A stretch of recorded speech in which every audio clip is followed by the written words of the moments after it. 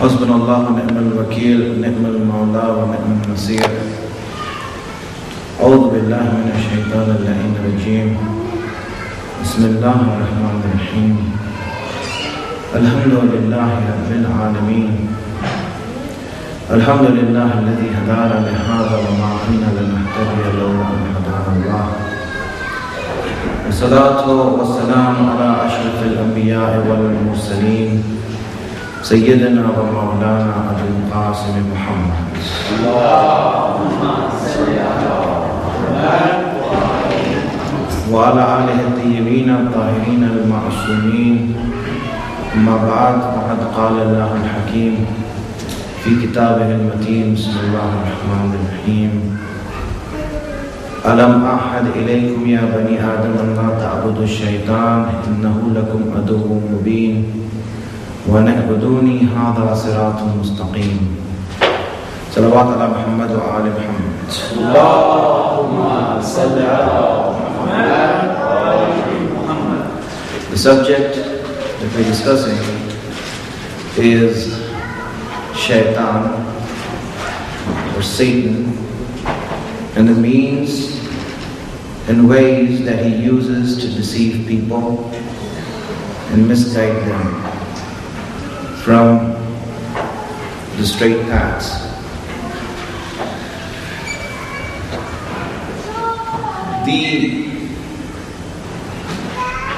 Yesterday I had mentioned that the Quran had revealed where does Satan live. He himself has said, when I was asked, how will you misguide the people? So he told God that I will misguide them just like you misguided me. You misguided me, so I'm going to misguide people just like that. And وَلَأَقْعُدَنَّ لَهُمْ صِرَاطَكَ الْمُسْتَقِيمَ. I will sit on your straight paths. So he revealed that Shaitan does not live, or he does not go to places where people are misguided. He doesn't go to nightclubs and bars. He doesn't need to. People are already misguided there. He doesn't need to work on them. He goes to places where the remembrance of God is being taken, so that he can misguide the people who want to come to the straight paths, who want to come to the right way. And everywhere you see that the name of God is taken, that is where Shaitan lurks for people, waits for them, and welcomes them when they come in. And that's where he starts to misguide people. Not in those places where people are engrossed in evil and are already drowned in evil. He doesn't need to misguide them. He is smarter than that to waste his time on people who already left the path and are drowned in evil. He is looking to misguide those who want to be good, who want to be straight, who want to walk on the straight path. And so when he comes, you see many times misguidance takes place. When, for example, you come to the, let's say the Islamic Center here. When you come here, that's when he meets you. And he welcomes you, he greets you, and then there he will give you insinuations that a person who wants to pray to God, a person who wants to be good, now he gives them insinuations that his good deeds and his good intentions are destroyed because of following, because of doing what Shaitan has asked them to do. And that's why you see that many times when you come to the center, you see that the idea of ego, the idea of showing off. If a person is good, then his goodness must be known by God, not by the people. If the people say he is good, it has no bearing. It's God who must say that you are good. He is the one who should say that you're good. And so you should be sincerely is doing things for him, to please him, to believe in him, not the people. Otherwise, what's the use of me working with the people when they don't even have authority about their own hereafter? They don't even know what's going to happen. So let us see now, how does shaitan misguide? How does he misguide? Now, shed some light from the Quran if you send me a salawats.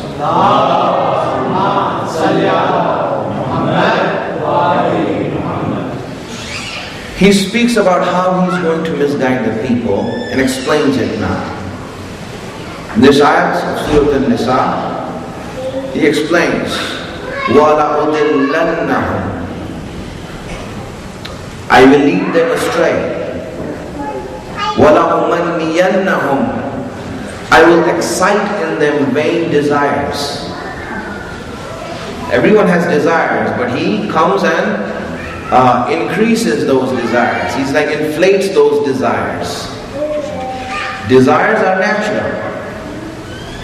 When we have desires, these desires that we have are natural. Right? They should be controlled. But he excites those desires in us. He makes it exaggerated. And that's why you see that a person is inclined to sin because the sin is made to look good in his eyes. It is made to look good in his eyes. When you want to sin, you see the sin has no pleasure. The sin, when you sin, when you disobey God, it has no pleasure. In fact, it just leaves you regretting what you have done. It leaves you regretting what you have done. So what he does is that he inflates those sins and makes them look good. And just one point I want you to understand here before I go on is that sins do not give you pleasure. The pleasure is in the anticipation of those sins. Thinking of those sins gives you more pleasure. This is where Satan comes in and says that just looking forward to the sin. For example, there's, let's say, a party of sin. Now, waiting for the party is more pleasurable than the party itself. Let's say you want to drink alcohol. Just the thought of drinking is more pleasurable than the drink itself. Because when you drink, you get drunk and throw up and feel sick in the morning and you hate yourself for doing it. You regret it. But you see, waiting for the sin, it was more pleasurable. So what shaitan does is that he makes the sin look good so that we go towards it. And when we go there, we see it wasn't that good as we expected it to be. It never is. It never is that good. And that's why what Allah promises the hereafter. You see, we have this hadith from Imam Ali alayhi salam.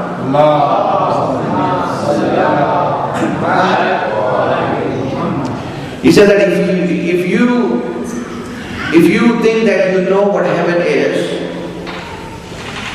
if you have an image of heaven, then that is not heaven. That is not heaven. Meaning, for example, if you have an image or you can imagine what heaven is, he says that is not heaven, because heaven is more pleasurable than what you can imagine. You cannot even imagine the pleasures of heaven. It is more than what you can even imagine. And hence, no matter how great you can imagine it to be, it's greater than that.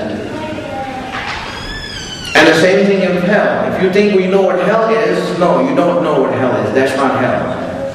Hell is worse than what you can imagine it to be. You know, when you imagine hell is like fire so on and so forth. He says, no, it's not that. It's worse than what you can even imagine it to be.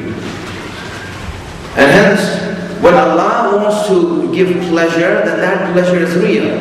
But when shaitan inclines us to sin, then waiting for the sin could be pleasurable, but the sin itself is never pleasurable. It never gives you a pleasure, it never gives you happiness. You always find regret in sin.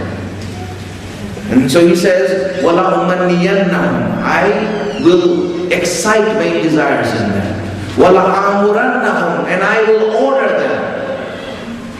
فَلْيُبَتِّكُنَّ آذَانَ الْأَنْعَامِ, and they will slit the ears of cattle.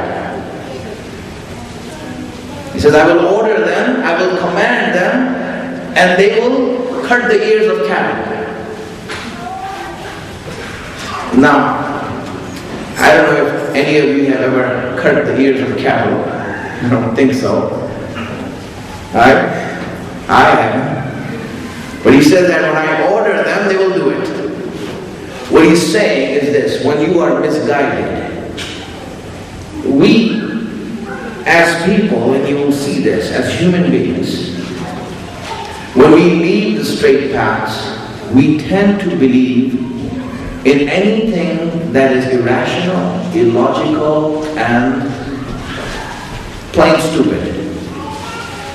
We believe in that. And what he's saying here is that I will ask them to do stupidity and they will do it. They will do stupid things and they will believe in stupid things that have no evidence, no proof, no nothing. Just, you heard it, you believe it. I will do that. And they will do it. And here I want to stop you and just speak about human psychology a little bit so we understand what it means here. How he misguides us. You know, there was a person who moved to a new area. He was looking for a house to buy. Now, I don't know how many of you own a house, and obviously owning a house is one of the pleasures of living in this world. You know, you own a house, being a homeowner. Right? Like, you know, when you're living on rent, it's different, you know. You can't do anything in the house or stay there. You can't change it, alter it, do anything. You just have to live the way the owner built it. But if you become a homeowner, then, you know, it has a different pleasure. Now, you can do whatever you want with it. Make it the way you want. There's a different pleasure in it, right? So let's say that you are looking for a home and you find this home. It has a big lot and the home is big. Everything, and you know what? You look at the price tag and it's very cheap. In fact, it's a steal. It's a steal. You're like wondering, wow, so cheap, such a great house and all that. So you make the deal, you have the closing, you buy the house. And now, when you get the keys to the house, now you're looking at the house and you're entering it. Now imagine how you feel. I mean, just looking at the house gives you pleasure and you're imagining making it look good. Then you enter the house and you see all the rooms there and you set things everywhere you want. And you like it. And you should like it. It's your home. You like it. Right? And now when you go for work, you can't wait until you come back home. Right? You can't wait until you come back home. So you go to work and you come back home and you're feeling good.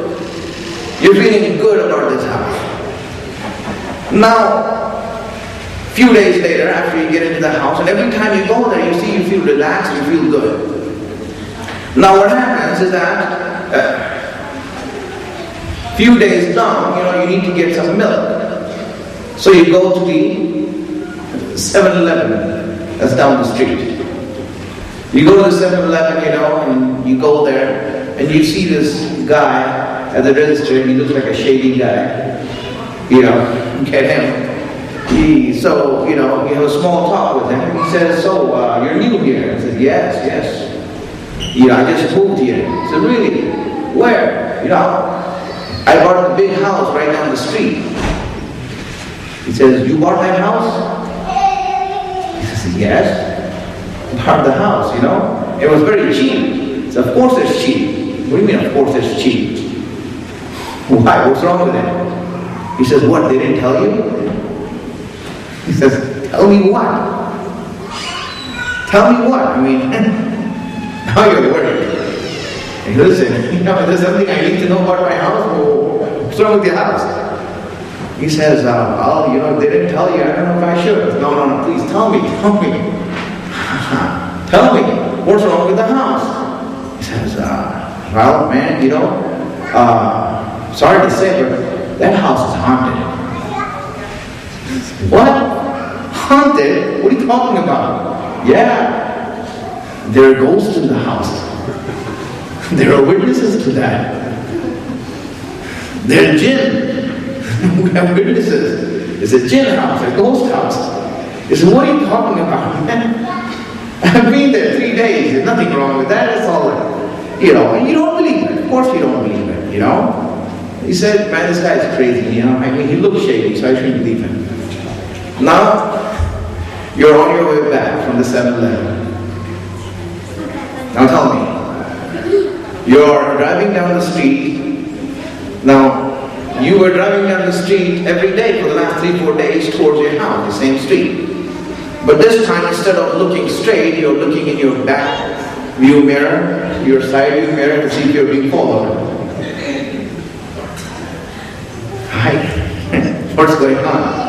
Right? Now you slowly get into your parking lot, you get out of the car, and you're like walking to the door. And every day you're walking to the door, you're just like natural and you loved it and you open it and you go inside and you feel that pleasure. But this time, before you unlock the door, you're looking around to see if there's anyone around. You're looking around to see if there's anyone around. You open the door, and before you go in, you want to see, you know, is there anyone in the house? Now there's fear.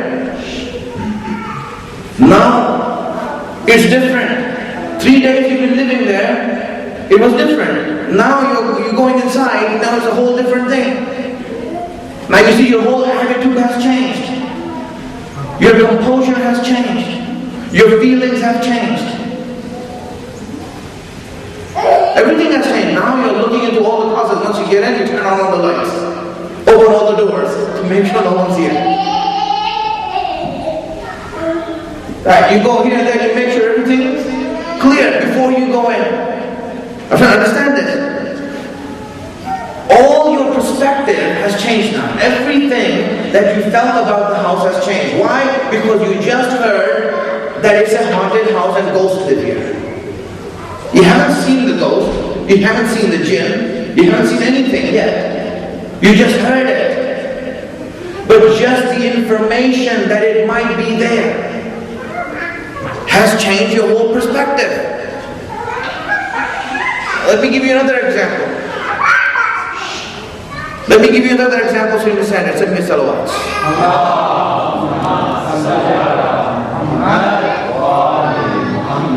You know, you used to go to work, you used to walk to work, it's very nearby, from your home to your shop. You walk there, it's only half a mile down. From your house, you know, you leave the subdivision, the only thing in between is a graveyard. You pass the graveyard, and you keep going walking down until you get to your shop. And every day you do that, and we've been doing it for many years. Right? And then, all of a sudden, you meet someone at your shop. And after the small talk, you say that, yes, I live right on the other side of the cemetery, in the graveyard. Really? So, you know, I walk past the graveyard every day. He says, you do? Yes. Every day. I've been doing it for years. He says, did you hear? He said, hear what? You see, it's always this type of question, didn't you, that always ends up with some sort of troubling result. You're like, what do you mean, did you hear? Didn't I hear what? He says, last week, someone saw a dead man walking in the graveyard. What are you talking about? Yes, a dead man will raise himself from the grave and he ran after someone. He says, are you okay? You know, Dead people don't walk. You only see that in movies. You know, so, like, you know, crazy guy, you know. Now in the evening I'm walking back home. Now I'm like looking over my shoulder. Is there a dead man in the graveyard? You know, I haven't seen a dead man. Someone has said something. There's no evidence for it, there's no proof for it. But you see, just the thought that there might be someone. Now you see, I say, you know what? Better safe than sorry. Let me take another direction. Let me go around. Let me go around. You don't even go past that route again. Why? Because of the fear that there might be a dead man who's going to run after you. Just that fear has made you take another route, change your way, completely and drastically give you another perspective. My friends, I gave you these two examples to understand that we heard about a ghost or a jinn. We haven't seen it. There's no proof of it. Nothing is there. But just the assumption that it might be there has changed our complete lifestyle. A dead man walking in the graveyard has completely changed our way and changed our lifestyle. Our attitude is changed. Our way is changed. Our thinking is changed. Our perspective is changed. Just by what? Of the fear of a ghost or a dead man. And there's no proof for it. There's no evidence for it. But we have changed our ways. Imagine how weak we are, and how weak our ideology is, that we are afraid of a ghost or we are afraid of a dead man. And then we realize that ghost, if there is a ghost, that jinn, let's say, the jinn, we are the Khalifa of the jinn. Jinn have to obey us. They have to obey us. That dead man was so weak that we have to put him in the grave. He could himself walk in the grave. We put him in the coffin, put him in the grave. And now we are afraid of someone that we put in the grave. Our fears are so baseless. We are afraid of jinn and dead people. And when we should in reality be afraid of the Creator of all creation. That God, that Allah who has created everyone. We should have the awe and majesty of looking at the majesty of the Creator. Instead of that, we are afraid of ghosts and dead people. Where did this baseless ideology come to us from? Where did this baseless and proofless thinking come to us from? Shaitan is saying, I will order them and they'll cut the ears of cattle. They'll do stupid things. I'm doing stupid things. This is the stupidity he's talking about. We believe in things that have no basis. We believe in things that have no proofs and evidence. And we believe it completely. Really, we believe it completely. You know? Now let me give you some examples so again it becomes more clear in practical ways of how we have started to believe in useless things. Send me salawats.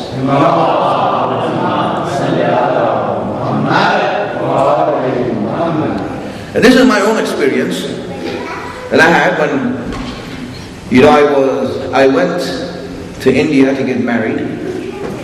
And when I was there, I don't know if you know what Imam Zamin is. Imam Zamin is like a charity you tie on your hand. On a thing, you tie on your hand. And says that, for example, if you go on a trip, on a journey, or if you're sick, they tie it on the hand. So if you reach your destination, then you give the charity to someone who's poor.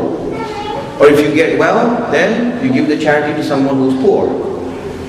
Right? And it is a way of helping you. The secret behind it is that we have a hadith that says that when you give charity with the intention of charity, Allah will make sure that the charity reaches where it's intended to go, where it's supposed to go. The charity reaches there. And hence when you wear it, so as long as the charity doesn't reach there, Allah will keep you safe so that the charity reaches its destination. And that's the secret behind it. So now a lot of people, they wear it. They wear it, and so it's good to wear it. Alhamdulillah, it's very good. And now what happened is that I saw that one of the youngsters there, a friend of mine, he was wearing Imam Zamin. So I said, hey, where are you going? Are you going to journey? He said, no. I said, are you sick? No. I said, then why are you wearing this? Imam Zamin. He says, oh, you didn't hear? Again, same question. Same question, you didn't hear. What should I hear? What is it? He says, well, there's this old lady in town and she had a dream. He said, an old lady had a dream? Yeah, she had a dream, and in the dream she saw this holy lady with nur. She came in nur, light, everything. This lady came in light, she was lighted. And obviously referring to, for example, Hazrat Fatima al-Zahra, Salamullah alayha.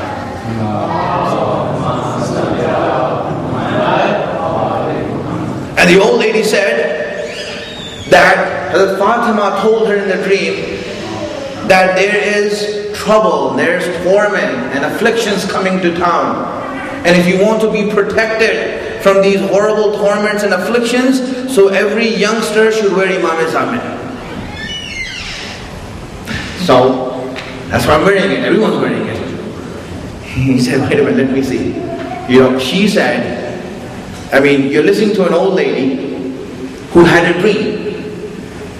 And in her dream, she saw someone say this. And that's why you're doing it. He said, yes, that's why we're doing it. He says, hold on a minute. Who is this lady? We don't know who she is.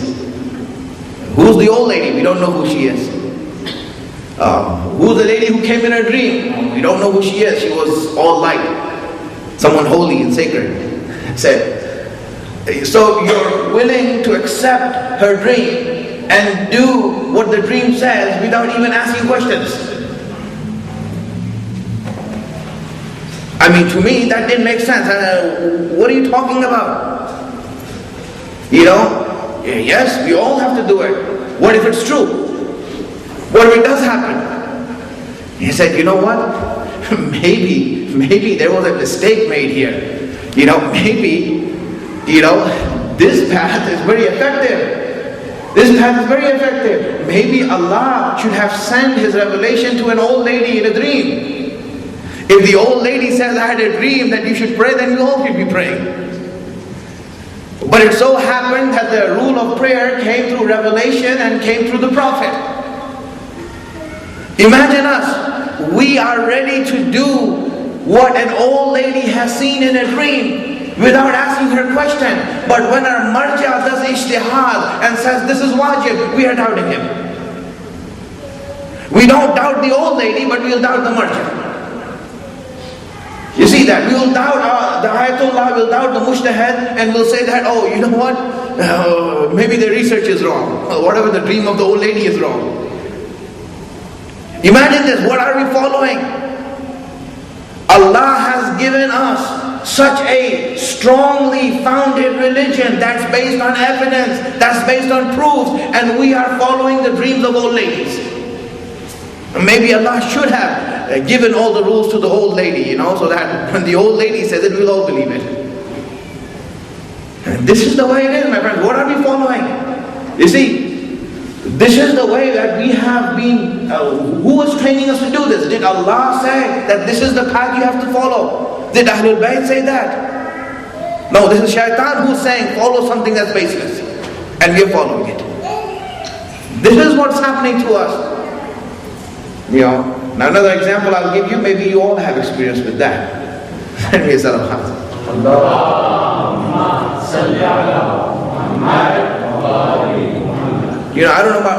don't know about you, but if I get any forwarded emails from anyone in my list, I usually delete them.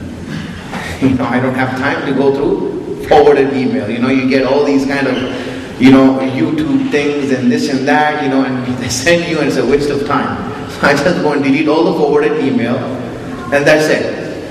But one time, I indulged myself and said that let me open this. It says emergency.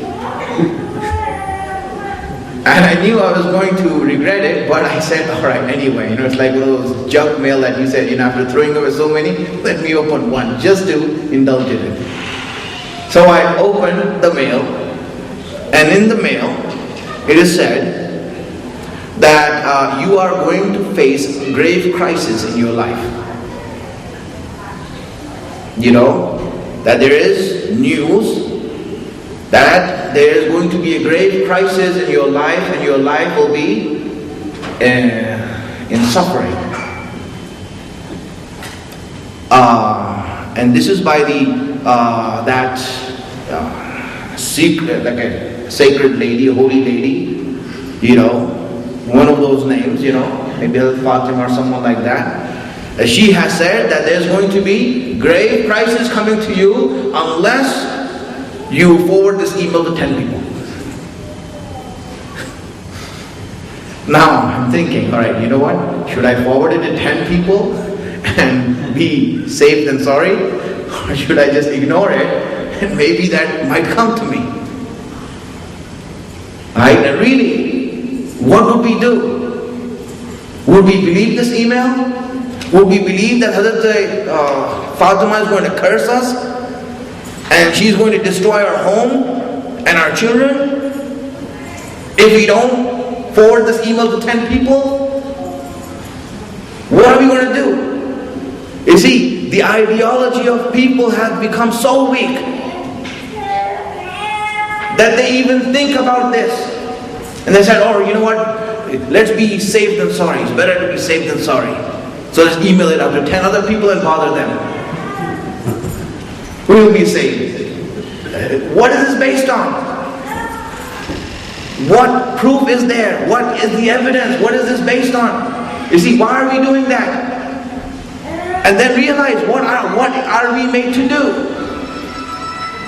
My friends, that Ahlul Bayt, that Hazrat Fatima, who gives life even to their enemies, how can she give death to their friends? Ahlul Bayt are those people who give life to those who are enemies, who give life to those who are ignorant, and they are going to give death to their friends and destroy their homes and children? What has become our ideology? What baseless things are we following? Islam had given us such a sound religion that is based on evidence and proof, on revelation, that we go and study and research it and follow it. Instead of that, we are following baseless hunches and baseless ideologies. This is what shaitan means, that he will order the people to cut the ears of cattle and they'll do it. That he is making us do stupid things and we are following him. This is what Satan does. He makes us do these things, believe in these things that are baseless. And we have to be smart enough to know that no, the true path is based on evidence, it's based on proofs, it's based on reality, it's not based on dreams, it's based on revelation, it's not based on hunches and assumptions and conjectures. No, true religion is based on proofs and evidence. If God reveals a religion, He reveals it with proofs, so that we don't have any argument against it. So that we know that what we are following is rational, what we are following is true, and what we are following is a reality. And this is how Satan misguides us, by making us do these things and believing in things that are unreal and idiotic. I ask Allah subhanahu wa ta'ala to give us the tawfiq and the blessing to be on the right path. Give us the wisdom to understand His guidance. Hasten the reappearance of our Imam. Make us His helper when He comes. Wa akhiru da'wana alhamdulillahi rabbil alameen. Assalamu alaikum.